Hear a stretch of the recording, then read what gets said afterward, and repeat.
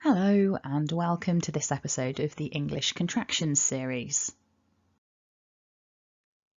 So today we're looking at the contraction he'd, which can be he would, but it could also be he had. So there are two things this contraction potentially means depending on the sentence that you find it in. So we're going to look at the pronunciation of both of the full forms and that contracted form, and we'll have some example sentences as well.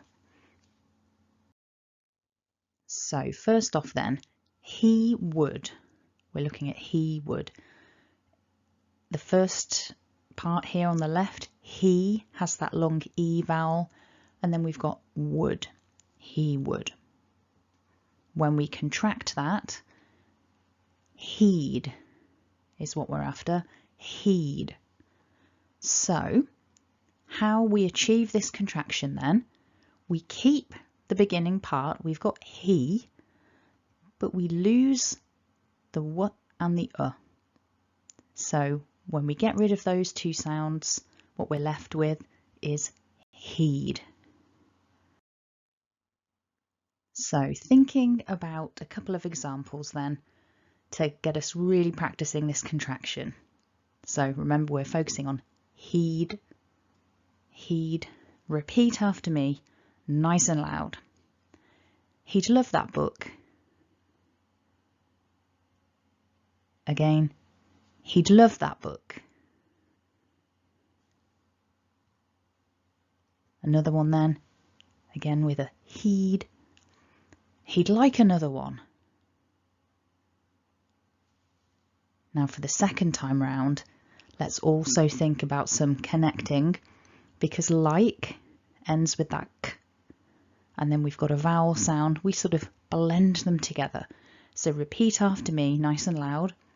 He'd like another one. Like another. Again, repeat after me. He'd like another one. Good. So in both of these sentences, if you heard this spoken or if you saw it written down with that contraction, you would know, if you're familiar enough with English grammar, you would know that it means he would, because of the form of the verb that comes after. We can't make the sentence, he had loved that book, or he had like another one. Those are two ungrammatical sentences in English. So if you're encountering this contraction and you think, is it would or is it had? Don't worry, look at the overall grammar of the sentence and it should guide you. And, you know, if in doubt, if you're in conversation, you can always just ask somebody. Nobody will mind you trying to get clarification. So just a quick reminder, this playlist is going to become quite large. There are many contractions in English, so don't forget to hit subscribe and hit the bell icon if you want notifications so that you don't miss out on those upcoming episodes. So thinking now about he had, remember we're going for that contracted he'd. So it's the same contraction as before, he'd, but we're just losing different sounds to achieve it. So when it represents he had, we're losing that h and that a to get our he'd. He'd. So some example sentences then. Repeat after me, nice and loud. He'd been there before. Again, he'd been there before.